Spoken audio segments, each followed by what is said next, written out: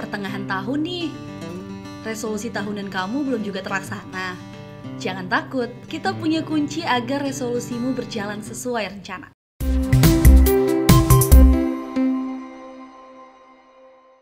Banyak orang yang membuat resolusi di setiap pergantian tahun. Tapi nggak sedikit juga dari kita yang kadang terlalu asik, bahkan sampai melupakan resolusi tahunannya. Alangkah baiknya, kita belajar konsisten untuk mewujudkan rencana-rencana yang sudah kita buat. Kali ini kita akan bahas beberapa kunci resolusimu agar berjalan mulus. Yang terakhir, pasti relate deh di kamu. Yang pertama, time blocking. Di zaman yang serba mudah sekarang ini, ternyata nggak gampang untuk kita bisa fokus. Banyak hal kecil yang justru ngebuat kita gagal fokus. Telepon yang masuk, email, banyaknya notifikasi dari sosial media. Hal-hal kecil ini yang sebenarnya membuat kita nggak fokus sama apa yang lagi kita kerjain. Maka dari itu, kita perlu melatih diri untuk bisa fokus 100% dengan hal yang sedang kita kerjakan. Kita sebut saja time blocking. Kita bisa tentukan seberapa lama kita harus fokus dengan hal yang sedang kita kerjakan. Kunci pintu dan matikan ponsel bisa menjadi salah satu cara paling mudah untuk kita belajar fokus.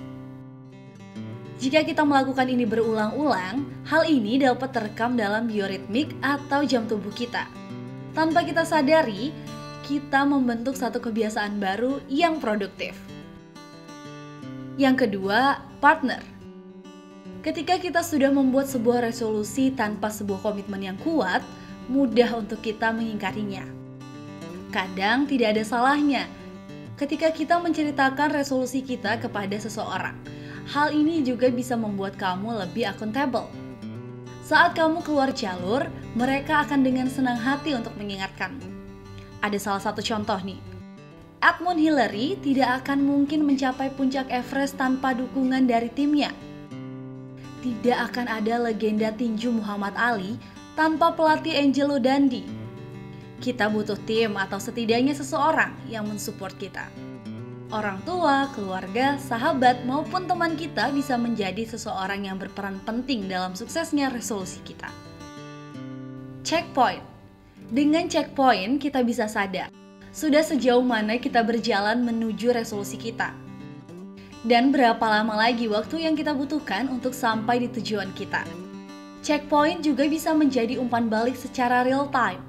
Dari sini, kita bisa membaca situasi dan kemungkinan-kemungkinan yang akan terjadi. Mudahnya, kita bisa membuat sebuah peta perjalanan. Kita tempel di cermin atau meja kerja, agar kita bisa selalu sadar sudah sejauh mana posisi kita sampai saat ini. Dalam buku Life by Design, ada salah satu cara yang juga menarik. Don't break the chain.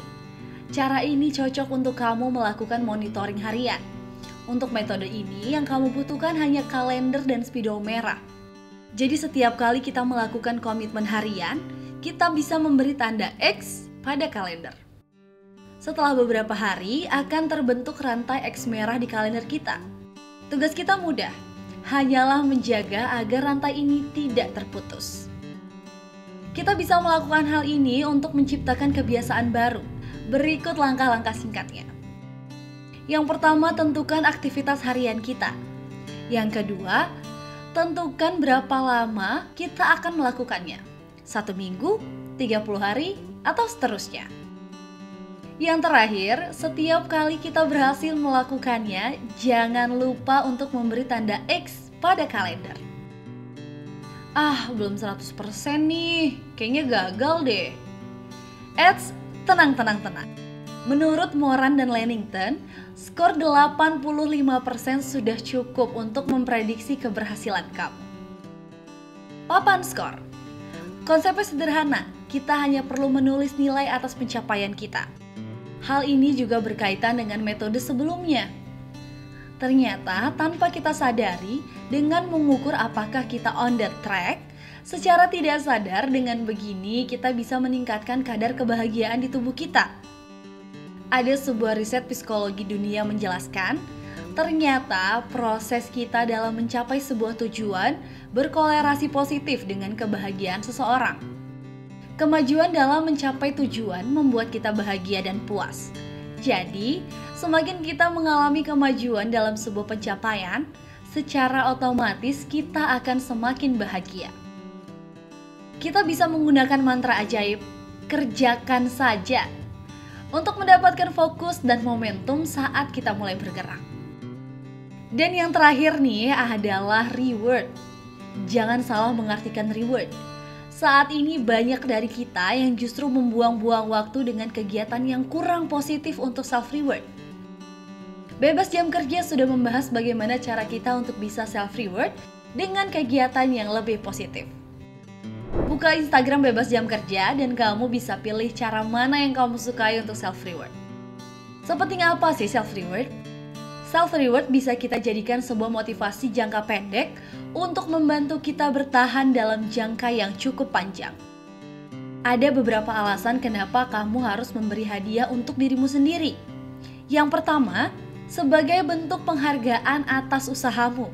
Jangan mengandalkan orang lain untuk memberi pujian atau hadiah atas usahamu. Cobalah mulai dari kamu untuk kamu.